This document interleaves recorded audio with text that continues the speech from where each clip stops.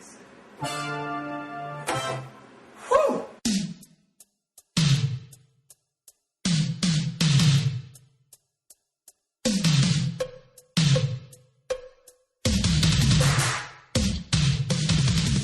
This is a bonus episode, so... Welcome. Yeah, I don't know if I'm going to put music at the beginning. I mean, I don't know why I'm telling the listeners this, because they either heard music or didn't. So It's they already behind know. the scenes. It's the BTS of That's the right. bonus episode, actually. Yes. So if you're getting this episode, you have decided that our podcast is worth you giving us at least $1 of your monthly income, which is amazing. Yeah, we want to make it worth it for you. At least I do. Right? So, right. And is this worth it? Well, I'm doing my half of the podcast topless. I don't know if you are, and I hope that I'm not topless, but I have birds all around me. There are there exotic parrots. birds just everywhere? There are parrots everywhere. I'm not only topless, but I'm in a room with terrible wallpaper too. There's just wallpaper all around me, and you've got the birds. And for as bad as this movie is, there were multiple times, most of them involved birds, where I think I may have laughed. Anytime a character had an interaction or yelled at a bird, I thought it was amusing. That was the comic relief. Well, this is funny because this is a romantic comedy. That's what it's billed at. My God. I found it neither romantic nor a comedy. No, it's neither. This I found it disturbing. I don't know. And I do have to say that if you are sending us money, it sounds like they're putting it in envelopes. I mean, I'm okay with that. We might try and avoid weird sexual movies from now on, or maybe that's what these bonus maybe episodes that's will be. maybe we've set a precedent. Mm-hmm. Yeah, maybe we should just call this like Good Times, Great Movies After Dark. After Dark, I love it. We only take some sexually explicit 80s films and see what we can Oh my God, what was gain the from thinking them. behind this movie? I don't know, but clearly Demi Moore wasn't happy about any of it. And I don't think Michael Caine was either, come to think of it. Demi Moore had the most appropriate and fun vacation of any of these characters. Like, every time we saw her, she's dating an age-appropriate man. Right. She's hang gliding She was at hang one point. gliding. Yeah. She's the one enjoying crashing on the beach. She's the only one, actually, that even seems like, even when shit really starts to hit the fan, she's like, that's it, I'm just going to call mom, and I'm going to just make this all right. I enjoyed every time we saw her because it reminded me, oh yeah, they're on vacation. Okay, Yeah. that's what's going on. That's the point of this movie, is that they're in Rio and they should be doing stuff like sightseeing, taking tours. I assume she took a sightseeing tour at some point. Yeah. And no one else from that house went with her. None of them had the desire. Well, the one just wanted to get into Uncle Matthew's pants. How do we even talk about this movie without throwing up? This was a two-parter watch for me. I think I told you I had to watch part of it, and then I was like, I'm going to need to take a night on this. That doesn't surprise me. I mean, it's kind of long. It is too. long. I have 8 pages of notes, and it was a very What? long movie. Yeah. Well, you do your notes longhand, so I do. could so see it's that. Not, all yeah, right. yeah. And let's first of all, it's Blame It on Rio. Yes. For these bonus episodes, I'm going to send out an email to patrons a week ahead of time. Nice. So, because I don't feel the need to really announce these on our regular episodes. No need to alienate anyone that's not donating. So maybe you've seen it. And maybe at the end of this, if you haven't seen it, you can decide if it's worth it. Because this movie is super gross. And it is directed by Stanley Dolan, who is, first of all, this was his last feature film. But he directed... Did he do Tootsie? I don't think he did Tootsie, but No? he What did did he do? Singing in the Rain. Oh! He did Funny Face. He did the original, not Brendan Fraser Bedazzled, but the original Bedazzled. Like, this guy is a legit director. Well, maybe he... And this was the last thing on his resume. Oh, man. You think he just wanted to take, like, a trip to Rio, and this was his reason to go? Because clearly they do some on-location filming, right? Yeah, I mean, I would imagine that I don't that house does not exist outside of Rio, right? Like maybe that could not have been a set, because if that's a set, how about this house? How about the fact? Okay, so how about just the premise? Yeah. Please, yes. These two families, which at first I wasn't sure if Victor was like just his boss, but they do work together, right? And they're friends. I don't know that they work together. Did you notice Victor's office? Was it in a bullpen? Cubicle in the middle of a factory floor? Yes, I did. And it's just like plexiglass. Yeah. It's like he said to the designers, I need to see every bit of the operation. Be in the middle of it. Yep. I can't just be in a back office somewhere. And they constructed this thing, and at one point he stands up, and even the walls are only like 4 feet high. You can't. The plexiglass clear walls. It is really strange. He should be wearing a hard hat. Yeah. What does he do exactly? I don't know. He's a businessman of some sort. They both are. Right. They're businessmen. Yes. And they're taking a summer trip with allegedly their Matthew's wife and daughter, and Victor is very charming Valerie Harper. Oh, very charming in this movie. Yeah. Right. Very lovely. I guess I was happy to see her at the end, but not really. Like, nobody can save this movie from what it has become at that point. She wasn't as angry as it needed to be, but she comes in at the end with some anger and some fire, and it's exactly like even what she says to her in the hospital bed is like, "You're a big idiot, kid. Like, it's true. Like, what do you do? What is this girl really doing, and why isn't anyone really trying to stop her?" Right. At any point. I mean, I feel like she should have been much more angry at Michael Caine than the girl. Well, yes. Yeah. Right? I mean, no, that's what I mean, is her anger, she should have come in a lot more hostile. He's a 43-year-old man going on 60? Yeah. I don't know. Yeah, what is... I'm practically 43, and I hope I don't look as bad as Michael Caine does in this movie. Well, those glasses don't help. He's got to be like playing 10 years younger, right? I don't know. I don't know, because he's a British man, right? Isn't he? Where's Michael? Okay. Yeah. All right. What do you say? Okay. What are you saying about British men? Don't they age differently? Don't they look older than they should? Before they should? You mean they look distinguished? Is that what no, you're trying to say? I don't think distinguished is what I'm going to call that. Okay, sorry. I tried to soften the blow to any right. of our English listeners. Don't Englishmen age horribly? Isn't that a stereotype? I've never heard that before. But nonetheless, the eyeglasses, those giant Jamie, eyeglasses. He looks like Mrs. Doubtfire. He's got a perm and those glasses. He has that curly hair. How is this little girl attracted to him? She loves him so much. Well, what about, there's a point when the two girls are together. And are they college girls, right? Or are they still in high school? They're 17, so they're still in high school. But I guess she was sent away to boarding school, I guess, okay. is what we're meant to believe, because she's from Connecticut. Well, they're laying in bed at one point, and the two girls, and for a lot of my notes, I called her the slut, but I think her name is Jennifer, right? Her name is Jennifer, yes. Okay. Demi Moore's name is Nicole, which Nikki. I only have written down at the beginning. Okay. Oh, they do call her Nikki. Yeah. Okay, yeah. Yeah.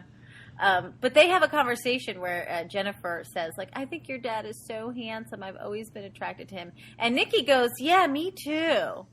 Which I guess... There's a lot of weird stuff going on. I don't like it when Jennifer crawls into bed with Joe Bologna, too.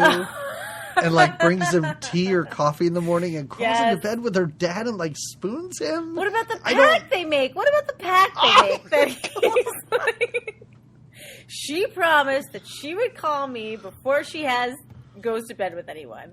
I love it because there's so many points in this movie where I'm like, well, that's insane. And luckily, a character in the movie goes, that's kind of crazy. Like, Michael Caine is like, you know that's nuts, right? Like, she's not going to call how is she really going to call you before that? And then, but that's his first reaction when he finds out that she did, when later on, we're getting all over the place with this, but one of his reactions is like, but what about our pact? And she's like, Dad, like, let's get real about the pact. Like, I like it when Michael Caine asks her about this pact, and she's like, what pact? He's always making pacts with me. Everything is a pact he loves with my dad. pacts.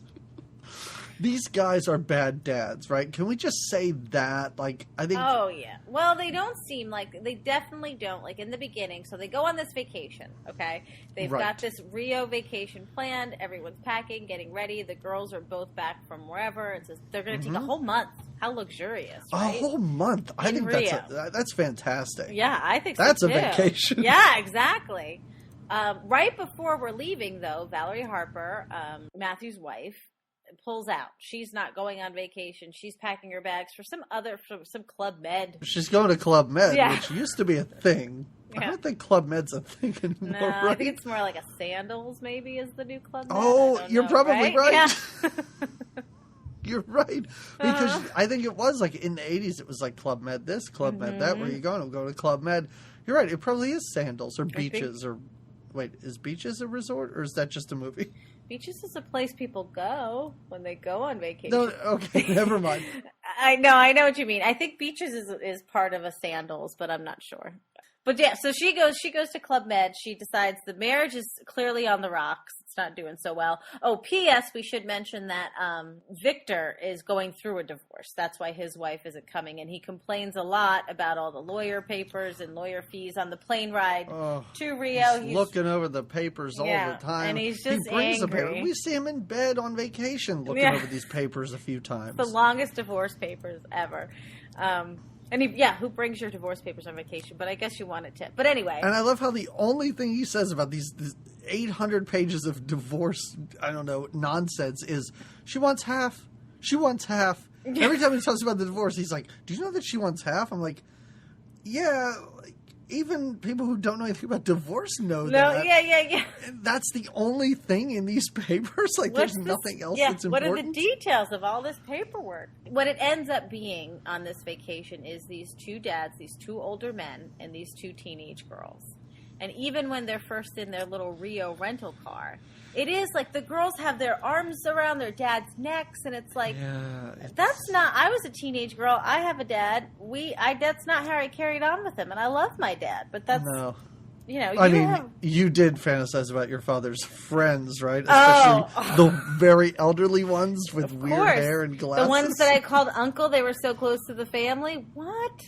She says, like, I imagined us getting married when I was younger. I'm when like, I was what 10. Little girl has that weird thought about their parents' friends when they're 10? And, I mean, okay. I mean, if you look back at Michael Caine in the 70s, he wasn't as bad looking as he is in this movie. But still, that is bizarre. I agree. It was everything about this movie is weird. It's so bizarre. It's so bizarre. I agree. Oh, and throughout the movie, we should mention that there are these little cutaways to the characters addressing the camera. Oh, yes. Like in When Harry Met Sally, like when they're interviewing couples, like real couples, quote unquote. Yeah, it's some kind of interview. At a certain point in the movie, because of the turns the movie was taking, I didn't know if it was like, were they being interrogated? Were the cops later involved in this whole like scandal? Because that would have been an amazing reveal at the end of this. I thought like the Rio police arrested him because he had sex with a minor, and then he was like, this was part of his taped confession or something like that. He's like, I don't know, what's the legal age in Brazil? Does it matter? I think it's like 16. Is that okay?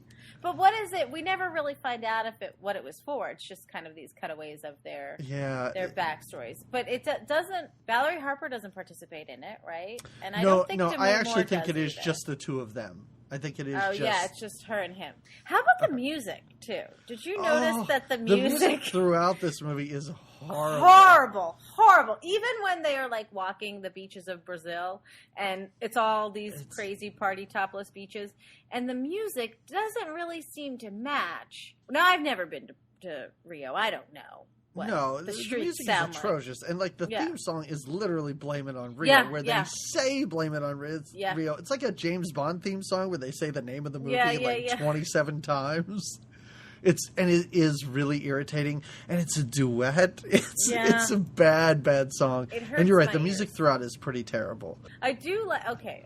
So they rent this house. Okay, they're on this vacation, and they rent this house on some sort of mountain It's lovely. Beautiful it takes them forever to drive there. And they have it's amazing. It's like in the jungle. There's like when they walk in, there's like monkeys and lizards and birds that lay eggs. Yeah, they were laying eggs. They're just laying eggs. It's like, oh, that's good. There's terrible wallpaper. Again, I mentioned that before. There's terrible wallpaper everywhere. Every room is just leafy, wallpapered as though you are outside. And then even they're outside. Oh, let's not forget that in this beautiful home, there's this beautiful like jungle back patio, veranda area, right? And you walk a little path out where there's just a table and chairs set up in the middle of the woods, it looks like. With birds, of course, everywhere, with very tropical, jungle. Exotic birds. I guess it wouldn't be woods there. It would be the jungle. No, it's be the jungle. What about when they are... So they have coffee, breakfast out here, some conversations. There's the weird neighbor guy that all of a sudden just comes over in his robe when they're all hanging out there. Why is this guy even in this movie? How does he live so close, too? Unless he lives in the house? I don't understand where he came from. And he just shows up and sits down like, I'm in this movie now. I don't like this at all. We have enough characters to try and keep track of. I do not need this even older man to get involved, quote unquote. I mean, he's only there so that at the end, Joe Bologna thinks that he's the one fucking his daughter. For a minute. For a hot minute. Yeah, and then But until Michael Caine's like, she said the guy's 43. Yeah. They do lay down some ground rules about their daughters, like, banging dudes while on vacation. They try to set up curfew. You can go out. You can stay out until 11 or 12 or 1 or whatever they say. Right. There's also this maid. This comes to nothing. The sassy maid.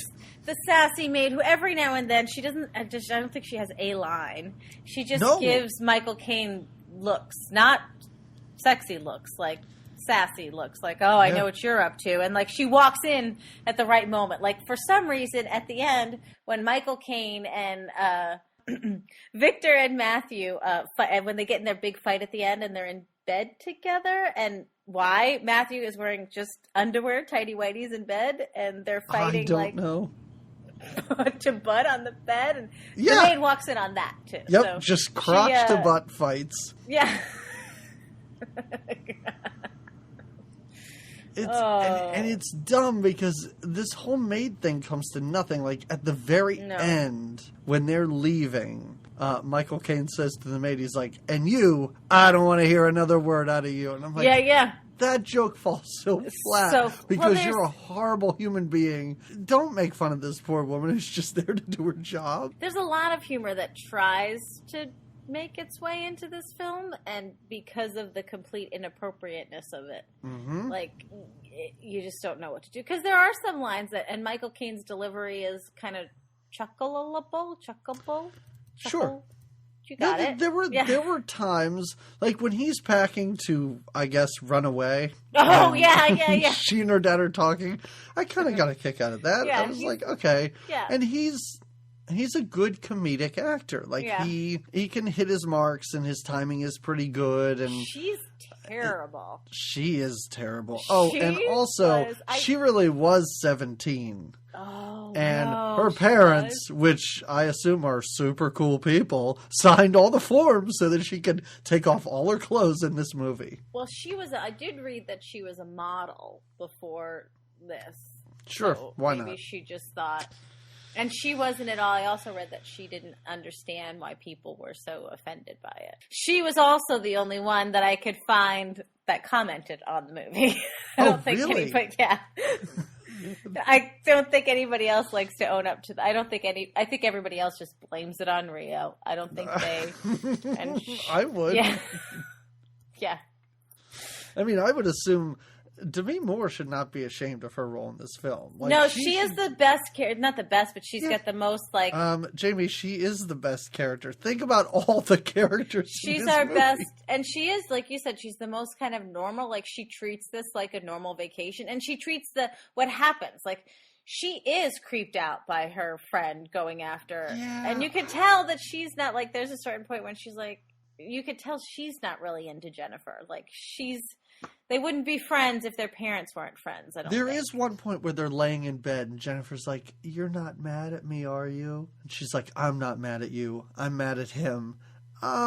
Okay, but I think you can still be mad at Jennifer. Yeah, I think she's being a pretty lousy friend. And not just going after having a crush on your dad, but full on, like, she is aggressively going after. But I guess from the jump, I think Demi Moore hates her dad. Like, I think that's made kind of clear. Well, that she's sort of taken her mom's side in whatever is going on between the two of them. Yeah, I think it's a typical kind of, divorced or strained family kind of thing. And the teenage daughter, of course, doesn't agree with the dad. And then when she finds out that the dad is, boinking her same-age friend, it definitely leaves it. And P.S., let's also remember that, so Demi Moore does do, she parties with she finds this kind of little local dude her age to party with. She hand glides. She does all this crazy stuff. And, crazy vacation, typical stuff. But at no point is Michael Caine or Matthew ever concerned about any of the things that she is doing as his father. Now he's got other concerns he's got to figure out. I think at one point he does say something to her like, how do you know this guy? You've been out really late, and she just kind of says, "Who the fuck are you to tell me what to do?" And she shuts it down. Like, that is it. She does. She really does. Because he doesn't have any reason to talk or be concerned about her or anything. Like, she's doing what she should on this vacation. Yes. Well, and one of the things, so when they first are there and they decide now this is two dads taking their teenage daughters on this vacation, right? And the dads decide to go out, I guess, to like a local bar to kind of pick up women. Uh-huh. Or just get drinks and whatever. Yes. And that's when this was after they're at the beach, right? No, this is how they get to the beach. Oh, because that's what I thought, that the two dads first go off to kind of go do their thing, and then the girls decide to go crash a wedding. Oh, and sorry. No, I was talking about very early on when they first go to the beach. And it's just all those dancers and the flute player and you can't walk down a beach in Rio without getting slapped in the face with a pair of tits. Like it's just everywhere. They're everywhere. And there were so many people. It is so crowded on those beaches. Busy beaches, lots going on. Of course, the dads run into their two topless daughters. It's no big thing. Living it like Rio. Whatever. Yeah.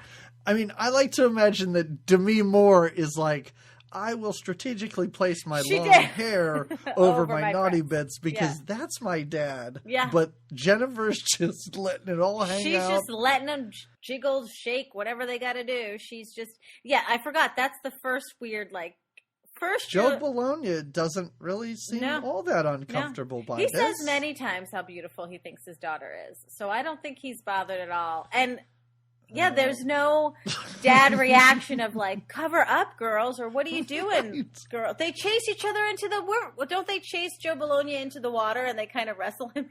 Oh my God, you're right. Oh Jesus. Oh God, yes. Okay. And again, you're like, what is this movie? What is their reality? I don't understand. Right? Yeah, it's so weird. And I love how Michael Caine does not like nudity. He says this when he's addressing the camera, when he's like, I don't even like my own. Yeah, he's like, I just am not comfortable being around naked people. I'm not comfortable in my own naked body. And see, some of his little monologue bits are kind of cute and funny too. But then he goes and anyway. Right. But this is they do go to a bar then because I think Joe Bologna is desperate to get laid. Like, that's his whole reason for being on vacation. Yeah, he is. Well, he's signing divorce papers, and I think that. Yeah. Does he ever sign those divorce papers? No, I think he just carries them around with him. Jeez. The whole time. Oh my gosh. Oh, the wedding. Okay, so the wedding that they crash, they go a little cultural, and part of the wedding is that part of the ceremony, I guess, is that people jump naked into the water. Into the ocean with the bride, right? Yes. So at a certain point after Joe Bologna has I guess is this when he meets the girl that he sees smoking a cigar and he was like, oh yeah, that's the broad for me, right? Yeah, we do see him. He kind of hooks up. See him with one woman? The one with the terrible, I guess it's accent, whatever her accent's supposed to be. It's terrible. Yeah, I think we only see him really with one. When she's woman. like, I have been separated from my husband for 20 days, and I have had a different man on each of the days. And she's like, do you mind? He's like, I'm not the jealous type. He doesn't care. He's going back in a month. Exactly. He's only got a month here. Right. But while he's off with this foreign divorcee, Michael Caine wanders off to the wedding where the girls have crashed. And, of course, in the ceremonious naked swimming. It did look like a fun wedding. It did look like a blast hey, of there's a wedding. Let's go. Everybody can just crash it, basically. Because later on, when Michael Caine's doing that weird thing when he's buried in the sand and that random couple that he knows comes over to him. Well, earlier they see these people on the beach and they're like, hey, there's Jeff and Nancy. I can't believe they're back together. I'm like, what? Who? How? What are the chances of you running into somebody on a beach in Rio and then seeing those same people again later that night? Oh. And those people after that just disappear. We never see him again. Nope. It doesn't mean anything. Yeah. It's just a reason for him to cover himself. It's just a funny reason for him to be in the sand like that. Okay, but the reason he gets in the sand is, so Jennifer is topless. She loves being topless. She's topless in the water with the bride. And she pulls Michael Caine into the celebration and tells him, and it's not too, I'm too cold. It's too cold. I'm too old. Right. He says to her. And then, so now they're topless on the beach. And this is her, she feels like she's primed to like make her move. And this is the creepy part when she takes her retainer out. Oh my God. I was going to vomit. She drops to her knees and takes her retainer out. And I was like, holy shit, this is what this movie is. My fear came true. Because up to this point, I was like, I think I know where this movie's going. Yeah. But I hope it's not. And then at this moment, I went, oh no. It's going there. It's going there. Oh, it goes there. It is. It's terrible. He tries to make excuses for a second as to why they shouldn't do this. Whenever he tries a couple of times to deny her or whatever. Right. And each time his face is either like at her breasts or in her crotch. Like her body is right in his face and he's like, well, I can't. I mean, I'm a man. I can't say no to this woman. And he melts for her. Oh, Jamie, can you do a Michael Caine voice? Because that would be so much better. I didn't even really think about it until now, but I don't think I can. All right, okay. I'm gonna try. Well, that's okay. Maybe I'm not sure. Maybe it was a little more practice. No, that's more like Cher. No, I don't think I can do it. Yeah. So, and also then there are other parts in this movie where they have sex, and I think, okay, that's it. Let's dissolve into the next day or whatever. And of course, right after they have sex, he wakes up with his face on her butt, and it is so strange. Like this is again a 17-year-old girl, and it's just the camera is right there. It is tight. It is her ass is filling the entire frame, except for his weird permed head. And then I love it when they get up and he tries to convince her that they had a dream. They both had the same dream. When we just happened to land naked next to each other. It was a crazy dream. Yeah, and she's like, we both had the same dream. He's like, and then what about when she goes, do you want to dream again? Oh my God, no. Stop with the dreaming. Yeah. Oh, but before she wakes up, this is where he tries to get away. But he's naked and he sees those people he knows and then buries himself in the sand. Yes, but just like puts a 2-foot-high mound of sand over his crotch, and that's it. And he carries on a conversation with this couple. How are things? Well, I love it, too, because this couple looks over and sees a naked girl lying face down. She looks like a corpse. Yeah, and she does. They don't question this. It's Rio. You're not going to question the naked tissue behind him. Mm-mm. No, he is extremely uncomfortable, buried in the sand, and a possible dead girl is lying a few feet away, and they're like, hey, we'll see you back in New York or wherever we live. And doesn't he mention, too, about his wife being dead when they ask how his wife is? And he's like, because he's so stumbly and nervous. Yeah. And he's like, oh, she's dead. I mean, she's not dead, but... Right. Because he's so nervous about what just happened and someone's just caught him or whatever. Yep. If you remade this movie right now, you could have... what's his name? Who's that other British guy who's always nervous and awkward and stumbling over his words? The one with the hair. Hugh Grant. You could have Hugh Grant playing this. He'd be great in this role. Much better hair. Much better hair. Because you know that in his real life he's been in situations like this. Oh, yeah. And he's tried to get out of having sex. Right, yeah. He's tried to get out of having sex with underage girls, I'm sure. But in the end, he's Hugh Grant. He's going to give in. He's going to do it. The boobs are going to be in his face. The crotch is going to be right there. And he's not going to say no. Yep. He and Rob Lowe are like, well, what are you going to do?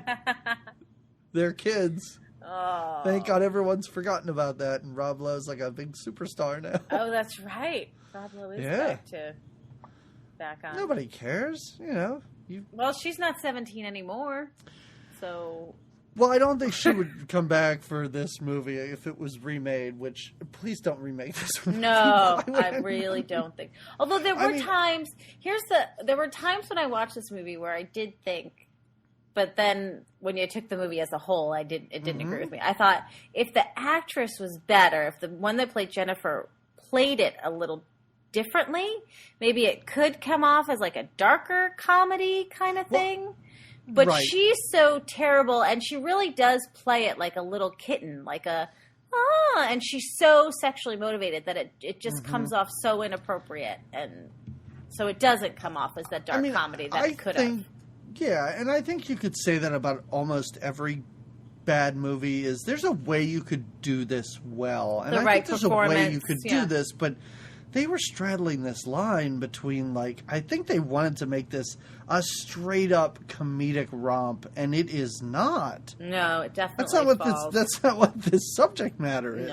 No, exactly. Well, and again, if you wanted to be the subject matter, then you had to go darker, and they kept it like this weird, still too light, but you're dealing with some pretty heavy shit, so... Yeah, right, it was light until Demi Moore showed up, and you're like, somebody's really affected by all of this. Yes, let's be real. The relationships, as we said, between the daughters, or especially between Jennifer and her dad, like, I just wrote it down, I didn't write down the details, but because she has a couple of them. Like, she does, after she's had sex with Michael Caine, she does have a conversation. She has like a daddy-daughter like conversation about how she's met a guy and she thinks it's right. Doesn't she have this creepy kind of sex talk with him? Yes. Yeah. Is that before or after she kisses Michael Caine when he's shaving? And then she gets shaving cream on her face and she goes out and her dad's like, what's that? And she's like, oh, it's whipped cream. And then she just puts it on a strawberry and eats it. And for all the weird underage sex, that may have creeped me out more than anything. I'm like, oh, shaving cream probably isn't good. Don't eat that. This is... And another, I'm sorry, but no, go ahead. Another thing that I really loved in this movie, and it was such a quick throwaway line, and I would have loved if they did this more in the movie, is when the neighbor sees Michael Caine and Joe Bologna at the market shopping, and he calls them the queer couple. Oh, yeah. He goes, oh, look, you're shopping together like a queer couple. Yeah, you're like a queer couple. And they're like, we're not. He's like, I think I must have that word wrong. And I'm like, no, you mean odd couple? You mean odd couple, yeah. Yeah. But that would have been a fun little thing. And except for the maid watching them nearly have sex at the end of this movie. Yeah. That doesn't come up again. But I would have liked that. That's kind of fun. That was, for them to be seen as, But no, it is funny when they're at the market and before the market, though, is when when they're at the breakfast, and then Michael Caine does come out. And again, she's very pushy with her love for him. So the whole time at breakfast, there's just the breakfast after they first have sex. And she's trying to hold his hand and play footsies with him and touch his crotch. And he's literally like, stop, this is awkward, I'm nervous. This is bad news. It was a huge mistake. Yes. And we as the audience realize, yes, that was a huge mistake. And of course, you're not going to do that again. Right? Well. The men decide to go to the market, as you said, to get food because they're going to cook a dinner for the girls, right? Oh, yes.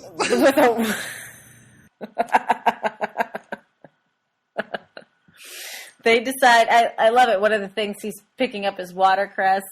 And this is where, is this at the market when they have the conversation about their daughters taking the pill? No, that's when they're making. When they're cooking. This is when they're cooking. That's right. Mm-hmm. And there's terrible, weird jazz music playing in the background. Did you notice the salad that Michael Caine was making? It was like 90% carrot shavings. Oh, he shredded carrots. He shredded like and a I mountain. loved it too because he's shredding through his whole conversation about the pill, and Joe Bologna's like, and I told her not to be on the pill, and he freaks out and starts shredding faster. And finally, it's revealed that she does what she wants. If she's on the pill, that's her prerogative. And he's still shaving these carrots. The whole time he shaves carrots. The whole damn time. And the best thing, I was so happy because I thought, first of all, that's insane. And then when they go to eat the salad, I love how they kept it in because each of their salads is just a pile of shaved carrots. It is a weird little detail in this movie that I absolutely love that they painted shaved carrot off salad. Yes. The shaved carrot salad. Maybe it's a metaphor of some kind. I don't know.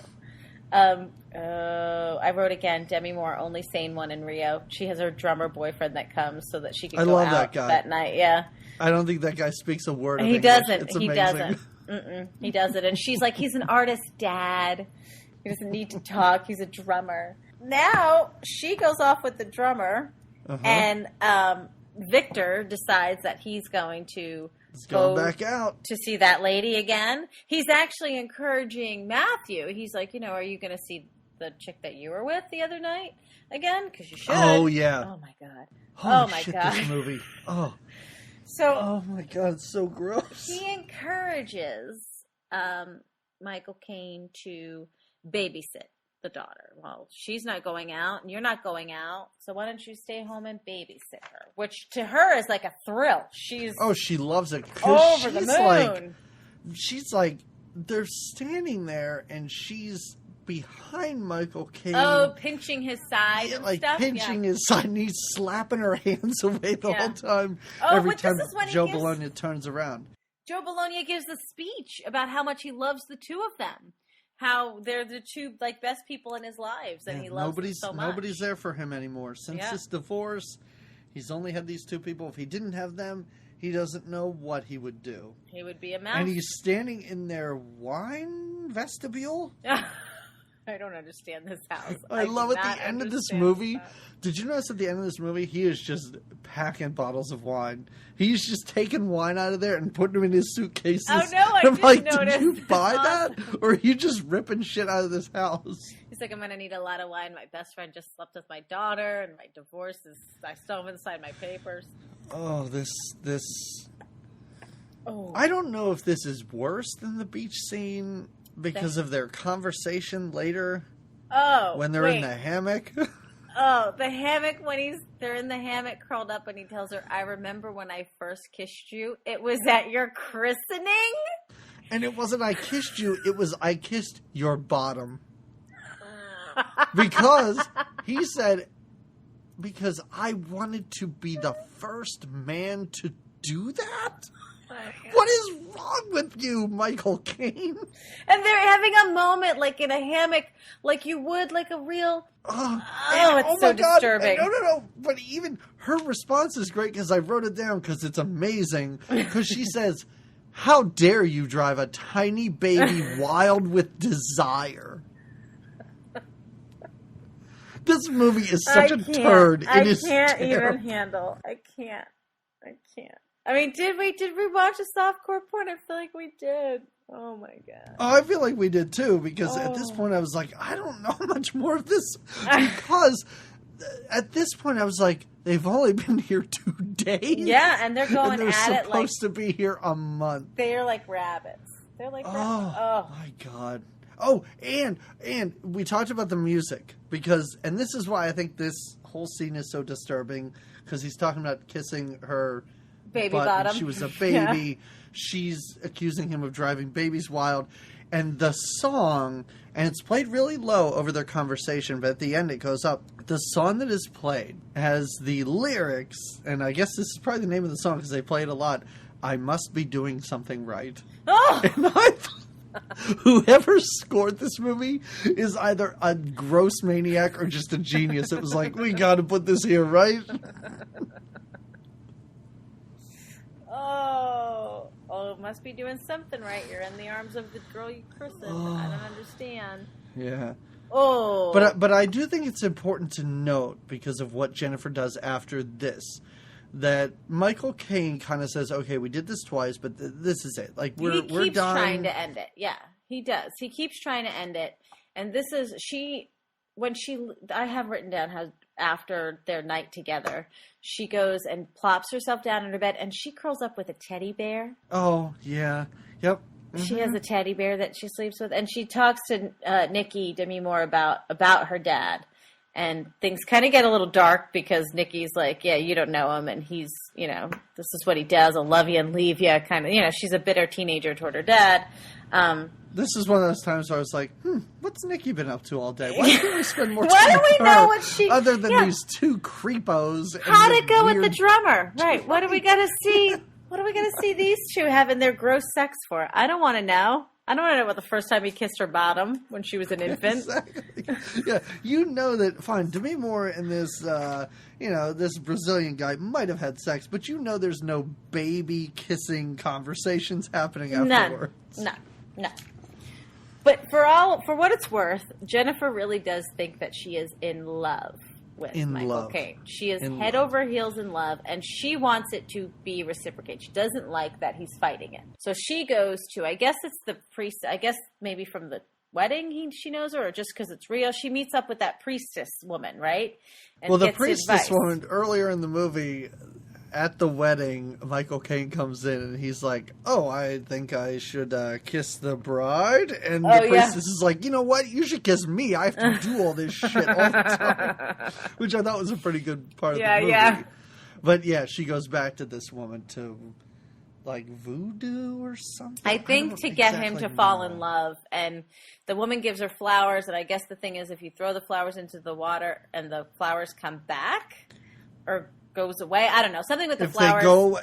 If they don't come back, he loves her. And so she does this, and she finds out that, the reveal is that he does love her. So she gets all jumpy, excited, and sometimes loves something you want to shout about and sometimes you want to keep it a secret. And he is right there, and he's like, you need to keep this a secret. Like, this is the time we keep our love a secret. Right. There were a few times in this movie where I was like, she's not a very good actress. This is one part where she's like, you love me. And she's running around the beach. I'm like, oh, you're really bad at this acting thing. Oh, even worse when she has several times when because now she goes. Well, I was saying this was the first time that I really noticed that she might not be I mean, listen, you're surrounding her with Michael Caine, and I'm Joe Bologna is not on his level, but he was in Rags to Riches, so he knows what he's doing. He was, yeah. And Demi Moore, we knew what she became. So, I mean, this girl, maybe she's out of her league. Yeah. But yeah, I don't want to dump on her too much because she had to take off her clothes and lay in bed with Michael Caine, which it must not have been the greatest moment of her life. Oh. No, that's the thing. She looks like she's enjoying it. Oh, gross. Oh, and earlier or maybe later, I don't even know, when they're in bed And I was like, okay, as in movies and TV shows, like the covers it pulls up to a respectable length. And I'm like, okay, this is nice. This is comfortable. Mm-hmm. Yeah, he's holding her, but it's not that creepy. Nope. She pulls off the blankets. And I'm like, oh no, she was super naked under the whole time. Super naked. Oh, this is okay. So I think her acting is proved terrible once again when she confesses. Okay, so he tries, like you said, Michael Caine tries to break it up with her many times, and she's very distraught about it. And somebody she seeks for advice, I guess, is her dad a lot. Mm-hmm. So she goes to her dad, and this is again when her acting goes to a terrible level. And she's upset and she's sad because she did fall in love with a man, and this is when he's like, and I think she says like, and I slept with him, and he was like, you didn't call me? Why didn't you call me? And she was like, I didn't call you because I didn't have the money. Mm-hmm. Because she was on the beach. It is pretty great because earlier Michael Caine's like, well, what if there aren't any phones on the beach? Yeah. He's like, what? Putting it all together now. He's like, well, there's beaches in a lot of places where sex could happen. So maybe maybe she would have the sex on the beach, and yeah. But this part that you're talking about is one of the better Caine performances. Yeah, I love when they're yelling and he squirts the toothpaste out of it because he's like, he's getting ready and he squirts toothpaste out at one point when she's like, I love him. And he's packing to leave, and he tries to jump out the window, but the maid is down there. The maid, that crazy maid, looks up at him. Yeah, because she's outlining this story. She's telling him the story about the man she's met, and he's an older man, and she's in love, and he just knows that either he's going to figure it out, he's going to be figured out, or she's going to just say it. So then he arranges Victor is, it's never really found out. She confesses all of this, and he's angry that this man has, deflowered his daughter, but he doesn't really get yet that it's his best friend. So he wants his best friend to help him figure out who it is. And I think this is one of those parts where one of them talked to a bird at a certain point. They always talk to birds, and I love it. I love that they just walk out in the living room. There's just birds. Just these tropical birds just flying around. So this is, for some reason, so he tells her, you got to get the information from her, take her to lunch and get the information. Now, Michael Caine doesn't just take her for lunch. He takes her like on this gondola ride, or not gondola. What is that thing that floats what do they call it? I think it's called a gondola. I mean, it's not a rowing gondola, but I think they do refer to those things as gondolas. Ski lifts kind of thing, yeah. This is another part of the movie where I laughed. Like, why, if you want to try to get information from her, why would you take her to this? And then it's like a lovely romantic lunch that he takes her to. Well, right, and that's, again, like, he's not trying to get information from her. He's trying to spend a romantic day with her, and this is when she gives him the polaroid. I love it. I love it. Yes, earlier we see her taking a naked Polaroid of herself, which is weird. Disturbing, yeah. But this is when, on the gondola, she gives it to him. And so when the guy goes... Asian man behind him, he tries to take a picture of the picture. I love that so much. That made me laugh, especially when Michael Caine yelled at him and the man turned around, and for the rest of the scene, he's just turned around. Oh my God. Yeah, she gives him that picture, and I think he doesn't tear it up. He gives it back to her. I think because then later he finds it. Oh my God. They find it in the journal. This movie is so disturbing. So they have their lunch, and Michael Caine again is like, we just can't. I might have feelings for you, but it's just not going to work. It's just not good. He's realizing, so at first you think that she's just like an insane, like she's just insanely in love with this older man. That's her uncle. And she's just insane. But then you realize that he loves her too, and has since he's christened her, I guess. And, but he realizes he's the sane adult. I say that lightly. So he's the adult. We don't need to say that he's right, older. I guess than you're right. Is. So he does try to break it up, and they go. This is when they see that street fight dancing. Yeah, what is that? Those guys are doing spin kicks at each other's faces, and I was like, what is happening here? And then it just turns in, they're doing flips, and but it's everybody a weird loves it. street show. Yeah, it's a very weird street performance. But and he tries to hook her up with a guy. He's like, oh, why don't you?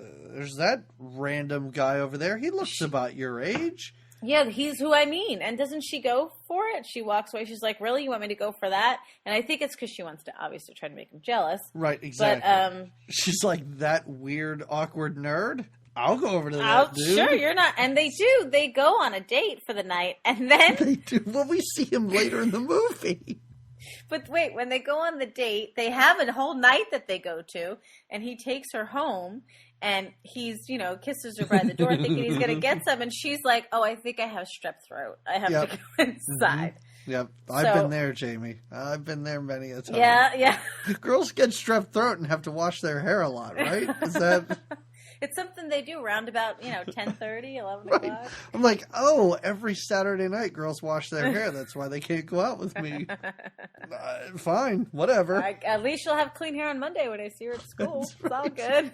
When I see her at school, I'll be like, how about next weekend? Oh, you wash your hair every week. All right, that makes sense. Well, strep throat comes down like that. Oh, yeah, and that's dangerous. You don't want to kiss someone with strep throat. No. She gets home.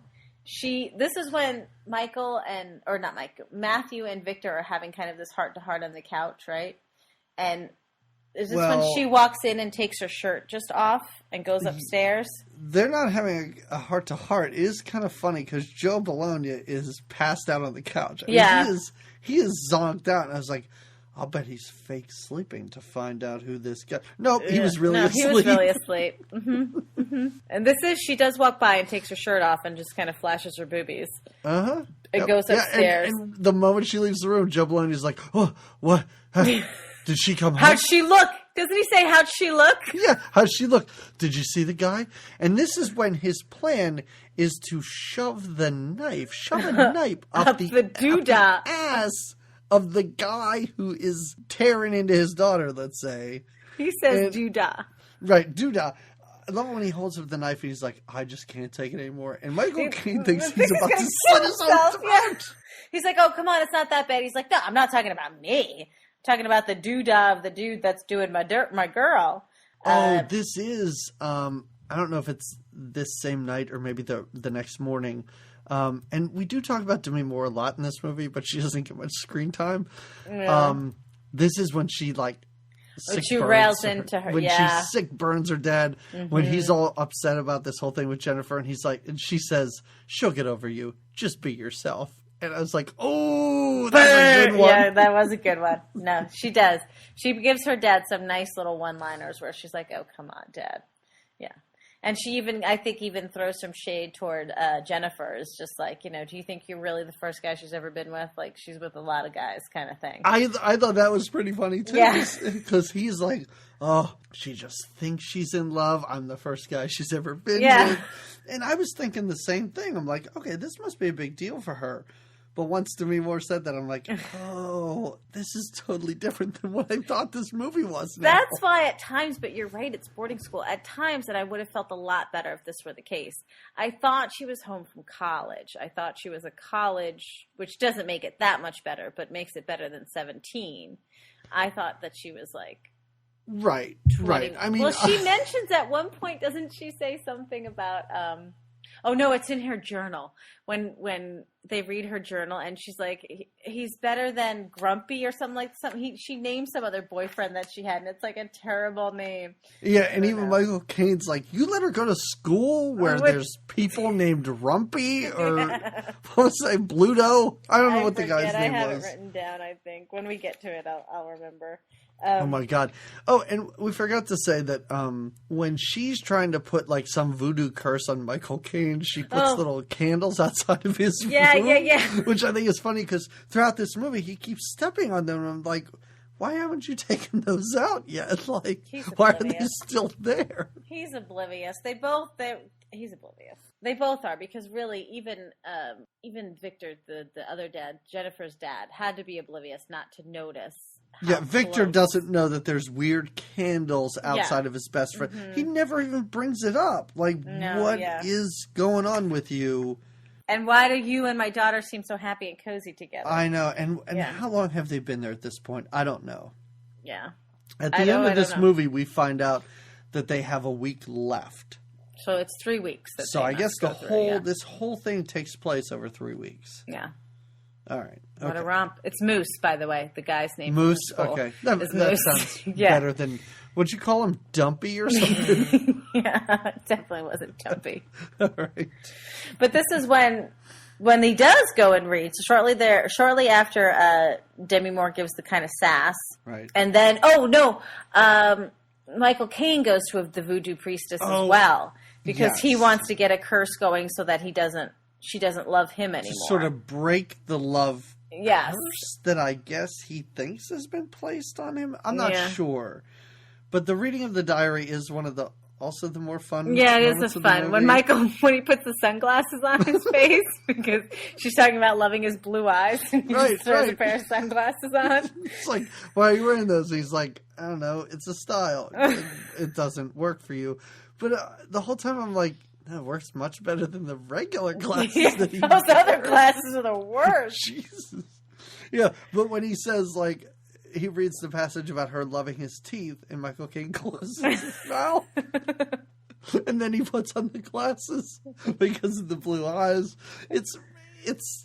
He knows what he's doing. Like, he's above a movie like this. I know. It's just so sad. It's just, oh, man. Well, this is where we see Demi Moore hang gliding. Oh, her hang gliding, yeah. Yeah. Oh, and this is when she does kind of help her. She kind of helps Jennifer out a bit because they go to Demi Moore to figure out, like, who's this guy? Do you know who this guy is that she slept with? And she kind of tries to throw them off her trail and is like, oh, it's this sleazy club owner guy. And yeah, she gets this club owner beat up. Yeah. Which is weird because she's kind of standing up for her dad. But anyway, yeah, so he fights the club owner on stage. It is such a weird thing where they're at this club, but they're hiding behind a pillar. But people see them. And, like, at this point, Michael Caine is pretending to look for the guy that Jennifer's sleeping with, but not wanting to be with Jennifer, but also very jealous that Jennifer is with these other guys. Oh, yeah. How weird is it? So they get to the club, and while they're watching, Jennifer's on stage dancing, or gets pulled on stage, and then he's on stage dancing with her, and he fights with her. Michael Caine has, like, an argument with her on stage. And that strange, creepy guy is just there dancing with both of them the whole time, like, just looking at them as they're arguing. Yeah. And at one point, finally, Jennifer leaves, and it's just Michael Caine and this weird guy dancing together. It's pretty great. I think Victor even says something like, what do you want to get some more dances out with that guy? What are you doing? Well, that guy even kisses Michael Caine at the end of the dance. Yeah, he does. Oh. There are moments in this movie that made, I don't want to say watching this worthwhile, but now that I think back, I'm like, yeah, when he danced with that guy and that guy planted one on him at the end, and then Joe Bologna freaked out and beat up this ugly guy in a top hat. Oh, yeah. He just keeps beating people up till finally, after some thunder and lightning, right? Oh, immediately. Some dramatic. Yeah.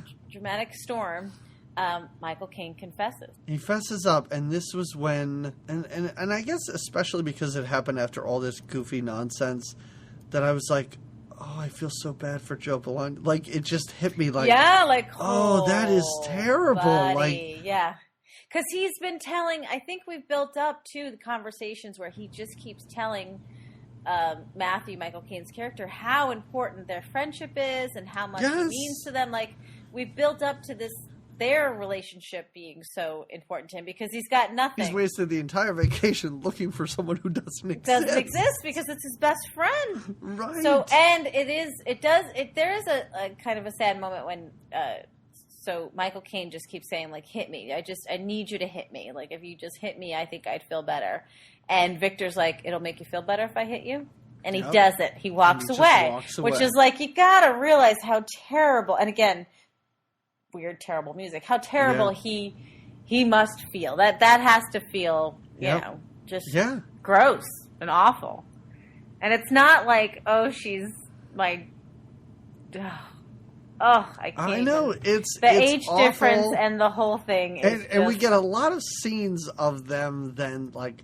The three of them then avoiding each other. Oh, this is another funny house. little like montage, where Victor he doesn't really trust anybody sleeping, but they're all in their own rooms. Right. So he keeps leaning his ears on the different doors to hear what's going on in each room. And he actually goes in Jennifer's room and is like, "Why are you not in bed? Go lay down in bed."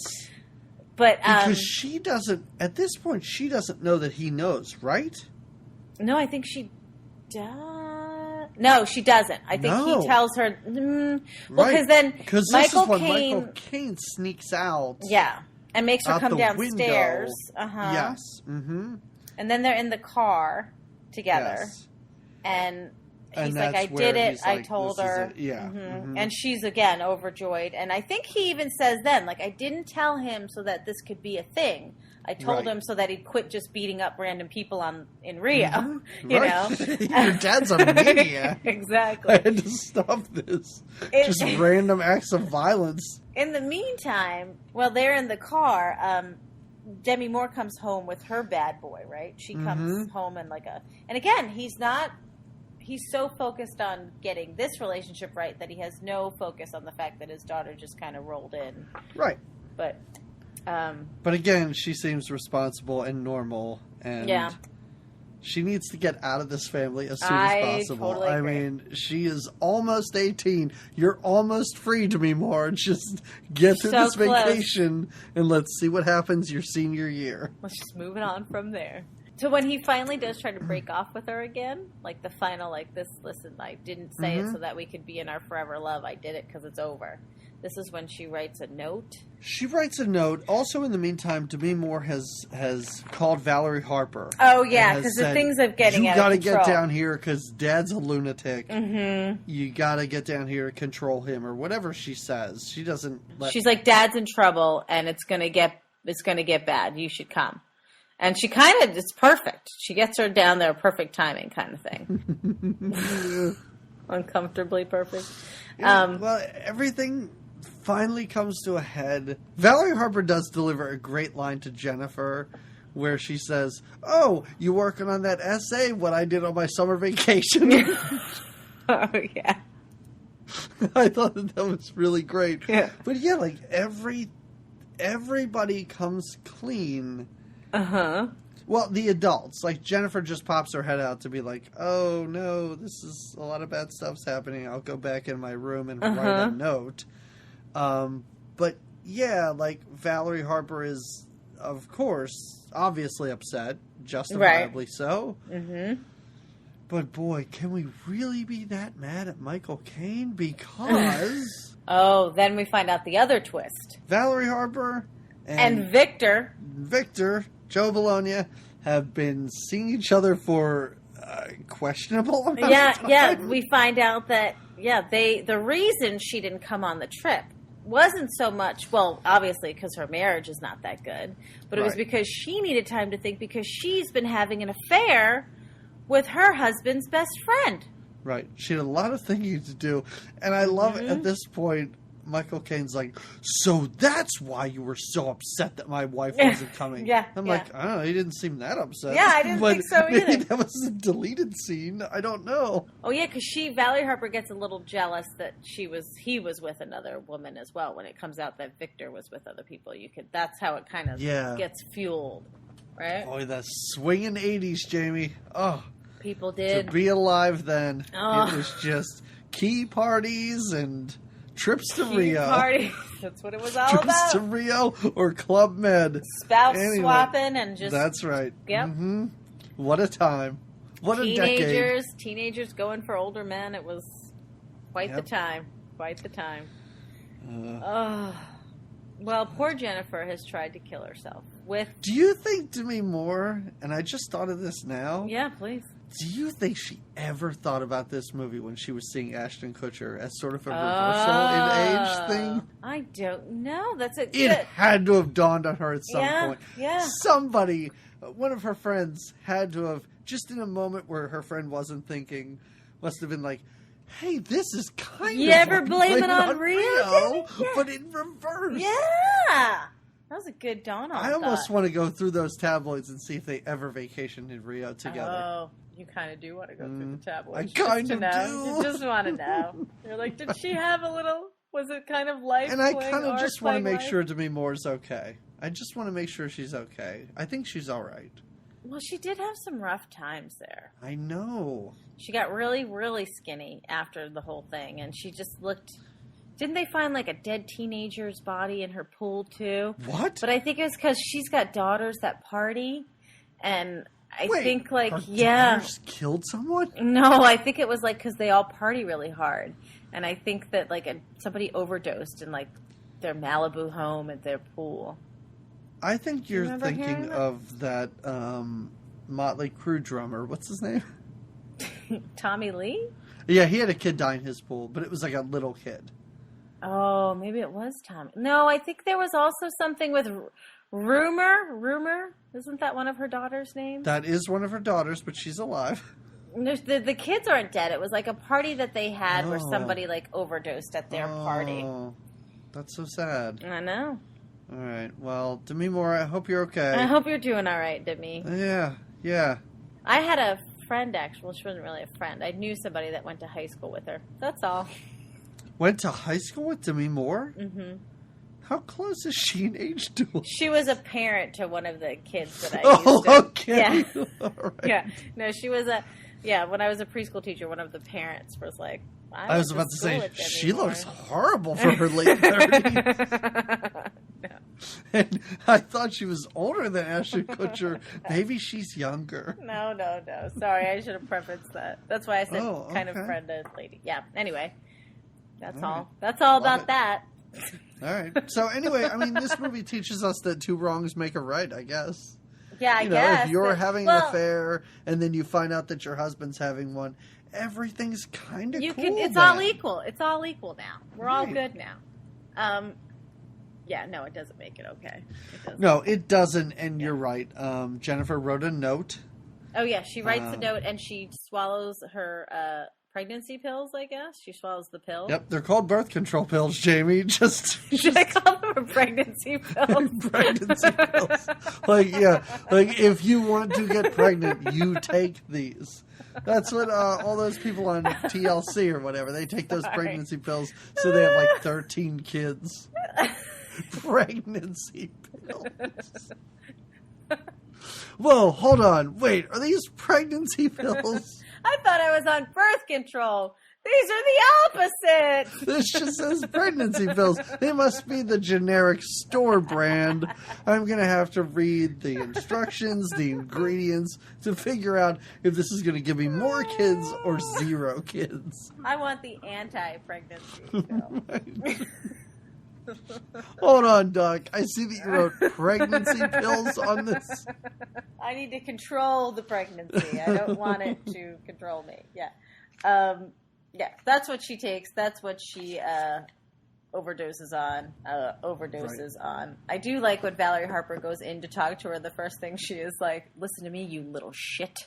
I just like when adults call other kids little shits. I think it's fun. I feel like at this point Joe Bologna said something that was funny to the doctor, but I didn't write it down. Where he was like, "Is it going to cause any problems? Oh yeah. Is she going to get? No, I think he says something about her hair. Like, is she going to grow a mustache? Like, super hairy or something like that? Yeah. Or get a unibrow. I think he's like, does this mean she's going to get a unibrow? So he makes some joke about like hormone levels or something. But they also, the boys, like you said, everything's all right again. They kind of make up and hug it out at the hospital. Kind of. And this is what seems so weird to me, because everything that happened in reality is pretty bad. Like, pretty rough. Yeah. You found out that your wife and your best friend are having an affair. Mm-hmm. You're sleeping with your best friend's kid. Like, this shouldn't be mild scare at the hospital. I guess everything is fine. Like, no. I don't know. It seemed like a really quick, we have to end this movie resolution. Yeah. How do we just move this right along? They literally all get in the car together at the end and just have witty banter as they're driving away. Yeah, that's true. Mm-hmm. I don't know. Oh, this is the moment where, as they're getting packed and getting ready to leave, I noticed that in this living room, I never saw it through the whole movie. Mm-hmm. There's also a giant painting of a parrot on the wall. It's huge. They love huge. Their birds. They love the their head birds. is as big as a human being, and I never noticed it until this point. I'm like, how did I not see this, or did they never shoot it from that angle? Probably not from that angle, because there's a lot going on in all the rooms. You have to admit, there's a lot going on. Yeah. The decor is I guess eclectic at best. Right. When they all do get back, they had their fight. We've talked about the fight that the men have in the underwear fight. But I thought it was weird. I was like, why isn't Joe Bologna in his underwear? Like, he was in like a full PJ set, like an old man PJ set. Old yeah, man, like Rip Van Winkle. Yeah. No, I don't think he had pajamas on, but like Ebenezer Scrooge. Yeah, pajamas. Uh-huh. And Michael Caine was just, I'm tidy whities. Not even. They were like green and yellow underwear. You're right. They were like bikini briefs. Yeah. And he was like, I'm doing it. This is what I'm wearing. This is how I sleep with my best friend. Yeah, he can't sleep in the bed with his daughter because the daughter hates him. He can't sleep with Jennifer because Jennifer's over him now. He can't sleep with his wife, so he goes to sleep in I assume, the room how with could his you best sleep friend. In that living room, too? There's just birds everywhere. And now that you know that giant picture of the bird's going to stare at you while you sleep, you definitely don't want to be in that room. So he goes to lay with his buddy, and it's bad news bears. But anyway, so they, the next day when everyone's getting ready and packing their wine bottles and whatnot to go home, the girls did so many, which I didn't notice, but I'm glad you did. It's pretty good. Because he's so angry. But he's packing bottles. In the suitcase. And they never really, I don't know. Do they drink wine? I don't know. I don't remember. At dinner oh, they do. Yeah. The girls decide they're going to stay another week. They're going to stay the last week. You got the house for another week. Why They're not? allowed. Nobody says to them, listen, slut, you just slept with my best friend. I don't know that I trust you on this island. Well, hold on a second. The worst stuff that happened is when the adults were there. Nothing that these girls do can be as bad as what has happened before this. They are better off without parental supervision. Yeah. They really are. I guess you're right. Like, they'll be fine. Well, and obviously Demi Moore's kept herself together. Nobody cared about how she was doing throughout most of this suddenly movie. She's just really excited. She's like, me and Jennifer hanging out. It's going to be the best. She's going to teach me to blow older men. It's going to be amazing. What? Have you forgotten what has happened? Is this the first thing they shot in the movie before they got the whole script? And she was just like, this must be a movie about vacations. Me and my friend hanging out. No parents anymore. I wonder what shenanigans we're going to get into. Oh, sorry, Demi. That's the last scene of the movie. Here's the rest of the script. Here's everything else that happened. She just turned around and started vomiting. But Jennifer is now seeing Lorenzo the nerd. Oh, yeah. She decides she did like him. Mm-hmm. Victor, they wrap it up saying how Victor's divorce was final, but then they remarried only to divorce again. And Karen and Matthew, Karen was Valerie Harper's character. I think they tried to work it out, but it never really worked, right? Isn't that how they kind of summarize everybody in the end, right? No, it's not that it didn't work. It's that they're still working on it. I mean, there's still, at the end of this movie, there's still hope for the two of them to stay together. Yeah. As though anybody watching this movie cared at all. At all. If they were, and thinks that anybody should be with him. Like, doesn't he maybe need a little bit of time alone? Right? Don't you kind of feel that way? He is a monster. He needs to just get his shit together. Yes. Yeah, like he needs to do maybe a little bit of therapy. Mm-hmm. Like, I mean, if it was that a Brazilian girl tricked him, not even tricked him. Right, he didn't know how young had sex she with was. A girl and she was like, oh, I'm 16. And he's like, oops, that wasn't, you don't look. Blame it on Rio. This is your best, right? Yeah. This is your best friend's daughter. Who calls you Uncle Matthew. I like when she switches. She does call him Matthew once or twice, I think, when they're getting, but then she does switch between Uncle Matthew and Matthew, and it's super creepy when she does. It's super creepy because normally it's when she's like hugging her dad or Yeah, something and calling him Uncle Matthew. Uncle Matthew can babysit me. Oh. No, don't leave these two alone. This is a huge mistake. Yeah. All right. So, I mean, this is a bonus episode. We're not sure what we're going to do with these as far as... I don't think we're going to give recommendations. We don't need to do that because I can't think of a movie as terrifying as this. I think we're just going to leave the audience with the uncomfortable feeling that Blame It on Rio left me with. Yeah. Very uncomfortable. I just felt so dirty watching this. Yeah, that's but very I do have inappropriate. to say, like, it's a bad movie. It really is. It's a terrible message. But as we said before, I think that I don't know. I mean, you get people in this movie that know what they're doing and they can do it well. There are moments, but not enough to make this even watchable. No, not enough to. Yeah, you really, after you watch it, you're kind of like, you're disturbed by it. And you're even disturbed, like you almost wish that, I just wished it never happened. Like, why did they let this movie happen? Why? How do you make a movie like this and then release it like into theaters? And I think they thought that it was going to be hilarious. Just hilarious. It's a romantic comedy. It is billed as a romantic comedy. Rolling in the aisles, they'd be like, "This is the funniest thing I've ever seen." No. Did you see that young girl take her retainer out and put it, I guess, on the sand? That's also gross. Did you see how she kept calling him Uncle Matthew, and then he was?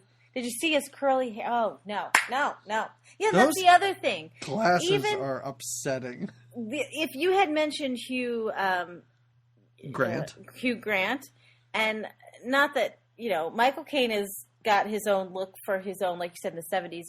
But Hugh Grant, even, you can kind of see it maybe being, and like you said, if it was a young teenager from Rio, maybe then you're like, oh, he was seduced by, but when it's the kid.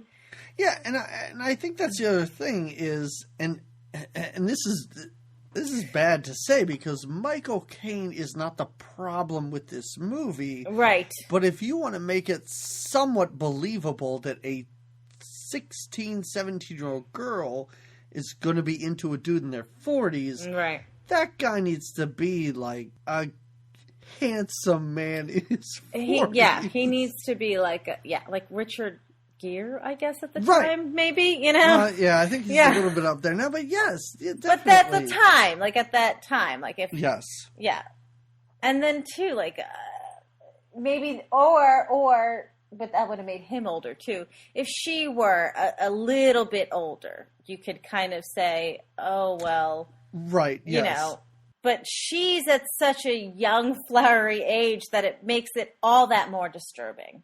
She's so young. They're so related. I don't want to get so hung up on the idea of illegal and tableaus like that. And I don't want to say that you just make her 18 and it's fine. No, yeah. But you just make her 18 and it's fine. It's a little better. Some of this stuff would land a little more. Yeah. And it would kind of be a little bit funny. And it wouldn't have this weird stigma attached to it. Like, this is weird. It's totally that they weird. decided she would be 17. Yeah. Like you said, you thought of her as being home from college, which still made it creepy, but a little more acceptable. Right. Exactly. Yeah. It's still a shitty thing to do, but at least we don't have to get law enforcement involved when we return to the States. Right. At least what is that, To Catch a Predator guy doesn't come creeping in. Chris Hansen? Yeah. Is that his name? Yeah. I just thought, oh man, I tried to do Michael Caine, it didn't work. Oh, it's a tough one, right? I was gonna do Michael Caine showing up with some wine coolers or something, but no. He's like, you told me it would be like in Rio. They said it would be like when we were in Rio. That's not bad. That's not bad. It's not bad. I can't even do a Michael Caine. This is terrible. I got to work on it in case we ever see him again. But blame this episode on Rio. That's what you should do, yeah. And hopefully our next episode, which will be our next bonus episode, will be another scary movie. Ooh, you get 3 of them this year. And again, just like Blame It on Rio, it will be a movie that neither of us have seen before, and hopefully not as surprisingly gross as this movie was. One can only hope. All right, so thank you for listening. Thank you for donating. Thank you so much. Very many thanks. Yes. And we hope that you enjoyed this romp of what it was. Because we really do appreciate that we get to do these. I hope that you're a person who has seen this movie before and is listening to us discover it and is just laughing hysterically because we're two idiots that didn't know what this movie was. I definitely did not. Yeah, like I was like, oh, we should do a summary vacation movie, and I threw a couple of choices at you, and you, to your credit, picked a different movie, and you're like, let's do this one. And I went, I don't know, that's kind of a period piece from the 50s. Let's do a true 80s movie. And there we go. Did this. There we go. Yep. All right, everybody. Thanks for listening. And I don't know, we'll see you on a regular episode soon enough. Blame it on Rio. That's all. Why does coffee always taste better when somebody else makes it? Daddy? That's me. You always said we could talk about anything. Anything and everything. What is it? Is it a boy? Sort of. Hey, that's nothing to cry about. I'm trying not to. Oh, Daddy, something happened. Something happened? With a boy? Sort of. What do you mean, sort of? Sort of a boy or something sort of happened? What are you saying? More than sort of. How much more? I slept with him. You slept with someone? Why didn't you tell me? I just did. Now you tell me? What good does it do me now? What good is it supposed to do you? Jennifer, we had a pact. You were going to tell me first. At least call. I know, Daddy. Don't cry. I'm sorry. Please don't cry. I couldn't call you first. He took you by surprise? I didn't have the money. You didn't have the money. What about collect? You ever hear of calling a person collect? We were on the beach. On the beach? Is that where he forced himself on you? I wanted him, Daddy. We're on the beach. When? I want to know everything. The other night. After the wedding. There was a wedding? Whose wedding? Those people the other night. Oh, those people's wedding.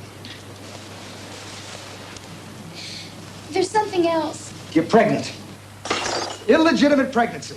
It's something you think only happens to the other guy. I'm not pregnant. I'm on the pill.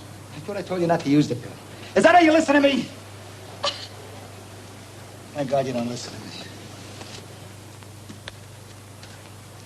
Well, look, what's done is done, right? So, tell me about him. What's his name? Who is he, some kid like you just out of diapers? He's older. Oh, an older guy. What, 19, 20? Older. 21? 43. 43? You made love to a man of 43? It's not that old. It's obscene. Believe me, I'm that old and it's obscene! It was beautiful. Oh, yeah? And now what? What's the next beautiful thing that happens? Nothing. Really? You go right from beautiful to nothing. Now, why is that? Because he's married. He's married? I'll tell you what else he is. He's dead! I love him, Daddy. My poor baby.